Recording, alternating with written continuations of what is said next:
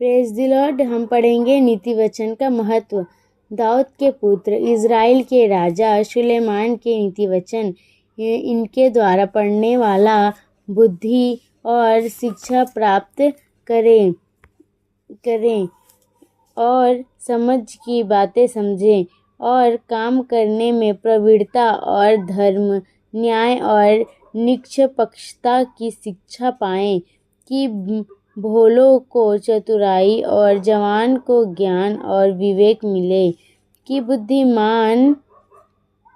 बुद्धिमान सुनकर अपनी विद्या बढ़ाएं और समझदार बुद्धि का उपदेश पाएं, जिससे वे नीतिवचन और दृष्टांत को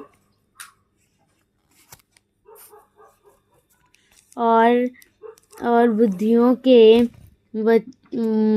वचन और उसके समस्याओं को समझें, विवेकाओं को समझें। सलाह। यहोवा का भय मानना बुद्धि का मूल्य है। बुद्धि और शिक्षा को मूढ़ ही लोग तुच्छ जानते हैं। हे मेरे पुत्र, अपने पिता की शिक्षा पर कान लगा और अपने माता की शिक्षा को न तज, क्योंकि वे मानो तेरे सिर के लिए शोभायमान मुकुट और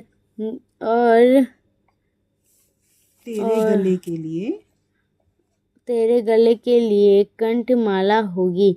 हे मेरे पुत्र, यदि पापी लोग तुझे फुसलाएं तो उनकी बात ना मानना। यदि वे कहे हमारे संग चल, हम हत्या करने के लिए घात लगाएं, हम निर्दोषों की ताक में रहें, हम अधोलोक के समान उनको जीवता कब्र में पड़े लोगों के समान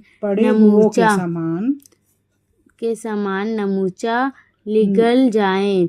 हमको सब प्रकार के अनमोल पदार्थ मिलेंगे।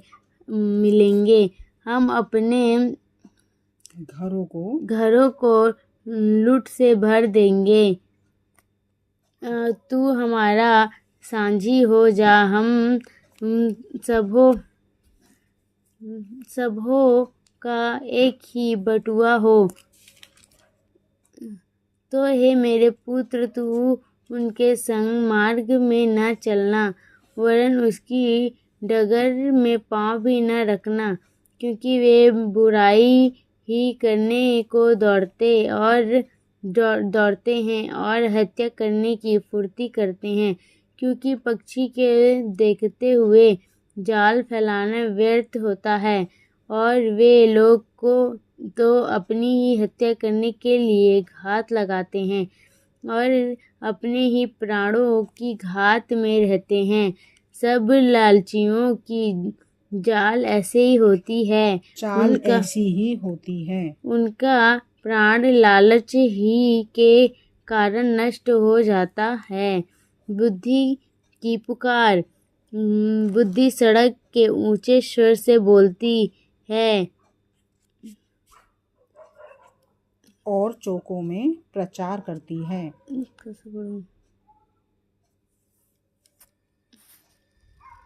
पढ़ो, शाबाश।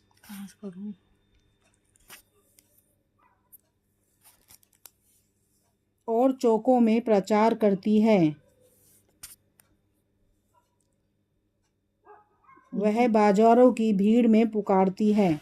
वह फाटकों के बीच में और नगर के भीतर भी ये बातें बोलती है। हे भोले लोगों, कब तक भोलेपन से प्रीति रखोगे? हे ठट्ठा करने वालों, तुम कब तक ठट्ठा करने से प्रसन्न रहोगे? हे मूर्ख, तुम कब तक ज्ञान से बैर रखोगे? तुम मेरी डांट सुनकर मन फिराओ। सुनो, मैं तुम्हारी आत्मा तुम्हारे लिए उड़ेल दूंगी।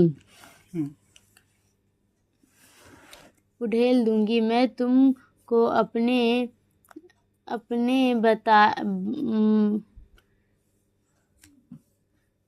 वचन बताऊंगी।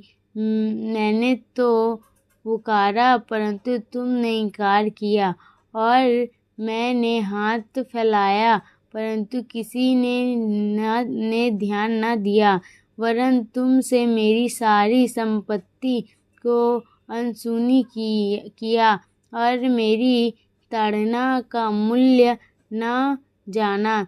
इसलिए मैं भी तुम्हारी विपत्ति के समय हंसूंगी, और जब तुम पर भय आ पड़ेगा, वरन आंधी के समान तुम पर भय आ पड़ेगा, और विपत्ति बवंडर के समान आ पड़ेगी, और तुम संकट और संकेती में फंसोगे।